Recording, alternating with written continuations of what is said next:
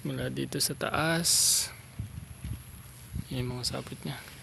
Tapos binaba niya dito mga kababayan. Ito ang kapal oh. Kapal dito banda. Tapos dito sa ilalim.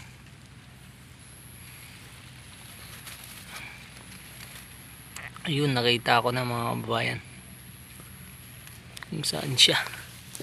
Ayun oh. Yan mga kababayan.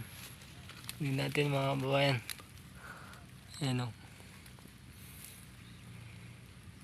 Yan. Yan siya. Ang ganda.